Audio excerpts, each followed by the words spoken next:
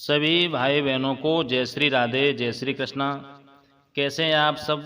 खुश होंगे, मस्त होंगे, जीवन में सभी आप प्रसन्न होंगे। आइए मित्रों, मिलते हैं आज एक नई वीडियो के साथ में।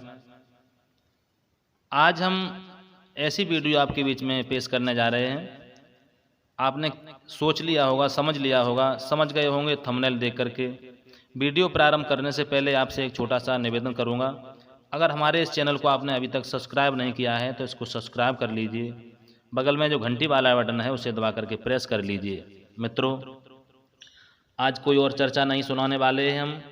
आज केवल यही चर्चा सुनाने जा रहे हैं कि आज शास्त्रियों में, चाहे हमारे भाई बहन हों, कोई भी शास्त्री मंडल से हों, चाहे हमारे परम पूज्यपाद आदरणीय सम्मान्य श्री रामनाथ शास्त्री जी के मंडल से हों, चाहे हमारे चेतन परिवार से हों, चाहे हमारे परम पूज्यपाद स्वामी गुरु महाभारत सम्राट परम पूज्य पप्पू शास्त्री जी के परिवार से हों, चाहे हमारा कोई भी गुरु भाई हो, चाहे हमारे परम पूज्यपाद स्वर सम्राट श्री ब्रजेश शास्त्री जी के परिवार से हों, कोई भी कथावाचक हों, बुराई मानने की आवश्यकता आपको नहीं है। मैं आपको कोई ऐसा शब्द नहीं कहूँगा जिससे आपके दिल पर कोई ठेस पहुँचे। किसी के लिए मैं पर्सनल निजी वीडियो नहीं बनाने जा रहा हूँ। सभी हमारे जितने भी कथावाचक भाई बहन हैं, सबके लिए अवगत कराने जा रहा हूँ। देखिए, आज के समाज में हमारे नए नए जितने भी कथावाचक हमारे भाई बंधु हैं, एक दूसरे के ऊपर टीका टिप्पणी बहुत करते रहते हैं। अपनी भलाई के लिए दूसरे की ओर कीचड़ उछालना उनका ये स्वभाव सा बन गया है। केवल अपनी भलाई करना चाहते हैं, दूसरे की बुराई करने में उनको बिल्कुल भी शर्म नहीं आती। मित्रों, देखा होगा आपने, किसी गांव में एक कथावाचक कोई भी कथा करने जाएं, उनके बाद में दूसरी साल दूसरे कथावाचक जाएं वहाँ कथा कहने के लिए। गांव के लोग उन शास्त्री के बारे में पूछें कि आपसे पहले हमारे यहाँ फलाने शास्त्री जी आए थे कथा करने, तो उनके बुराई करने में, उनमें कोई गंदा दोष लगाने में बिल्कुल भी कोई कथावाचक बिल्कुल भी नहीं संकोच करता। कोई भी शब्द कहेगा तो बुराई के ही साथ कहेगा। धिक्कार है आप जैसे कथावाचकों को, जो कि अपनी भलाई के लिए दूसरे कथावाचक की, आप दूसरे शास्त्री की बुराई कर रहे हैं। लेकिन मित्रों, आप सभी समझदार हैं, इनमें बुराई करने के लिए कोई ऐसी बात नहीं है, लेकिन इनमें शास्त्री लाइन ही ऐसी होती है। शास्त्री शब्द ही होता है, स्त्रीलिंग में आता है। हमारे परम पूज्यपाद स्वामी श्री ब्रजेश शास्त्री जी कहा करते थे कि स्त्री स्त्री की कभी भलाई नहीं कर सकती। वही हाल इन शास्त्रियों का होता है।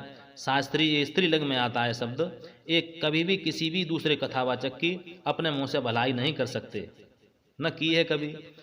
आज के शास्त्री की बात कर रहा हूँ। पहले आपने देखा होगा आदरणीय सम्मान्य श्री पूज्यपाद श्री रामनाथ शास्त्री जी हुए, उनके बाद में चाहे आदरणीय पूज्य श्री नाथुराम शास्त्री जी हुए, उनके बाद चाहे हमारे दादा गुरु पूज्यपाद श्री महाराज सिंह जी गुरुदेव हुए, बाबा गुरु, उनके बाद कथा सम्राट परम पूज्य स्वामी श्री आधार चेतन जी महाराज जी हुए, उनके बाद में दो बहुत ही बड़े बबरशेर अवतारी हुए संगीत की दुनिया में तहलका मचाने वाले, जिनका नाम 4-5 प्रांतों में जब तक सूरज और चांद रहेगा तब तक उनका हमेशा हमेशा के लिए नाम रहेगा।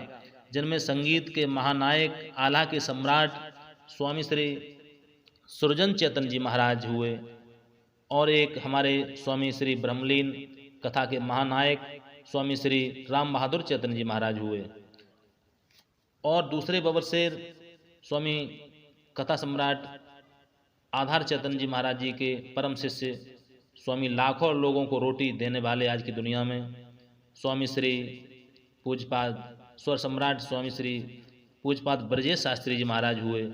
उनके बाद में समाज में अपनी अलग सबसे हटके पहचान बनाने वाले परम पूज्यपाद स्वामी महाभारत सम्राट गुरुदेव पप्पू शास्त्री जी हुए। महानायक जो आज के महाभारत सम्राट के जो सबसे अलग हटके इन्होंने दुनिया में पहचान बनाई है।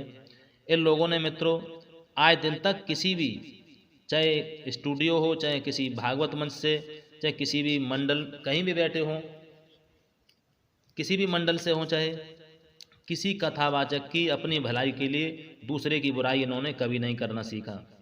किसी के ऊपर टीका टिप्पणी, कीचड़ उछालना, अपनी भलाई के लिए दूसरे की बुराई करना, ये इनकी कभी आदत नहीं रही। इन्होंने हमेशा दूसरे शास्त्री की भलाई करना सीखा।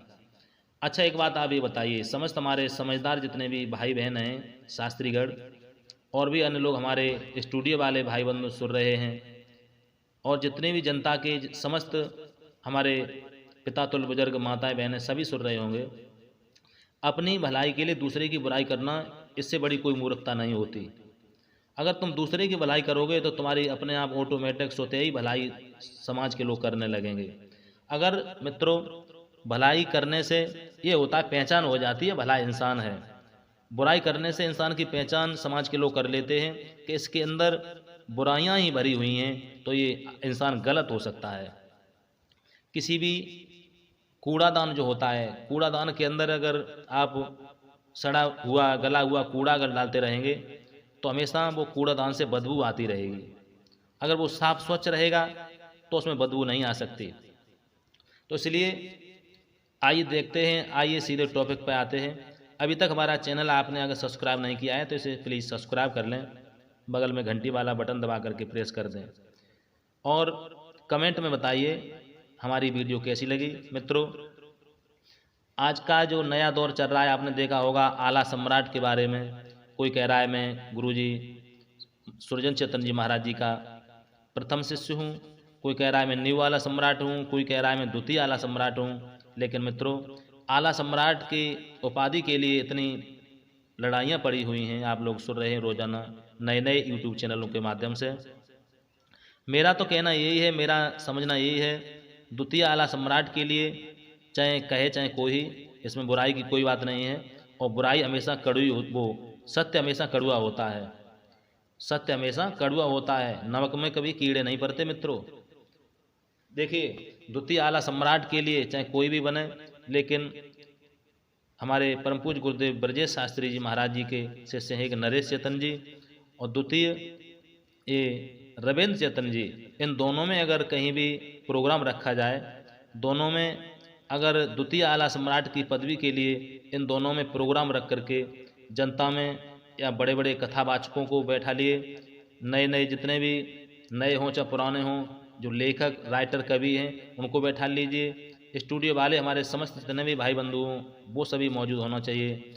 कहीं भी जनता को बैठाल करके चाहे किसी स्टूडियो में इन दोनों नरेश चेतन जी और रविंद्र चेतन जी में अगर प्रोग्राम रखा जाए तो इनमें पहचान होगी कि कौन है द्वितीय आला सम्राट, चाहे नरेश चेतन जी हों चाहे रविंद्र चेतन जी हों। इनके अलावा मुझे तो तीसरा कोई लगता नहीं कि द्वितीय आला सम्राट लायक कोई है। मिलते हैं मित्रों अगली वीडियो में। कमेंट करके बताएं कि द्वितीय आला सम्राट कौन होना चाहिए, नरेश चेतन जी होना चाहिए या रविंद्र चेतन होना चाहिए। सभी मित्रों को जय श्री राधे, जय श्री कृष्णा। मिलते हैं अगली वीडियो के साथ में।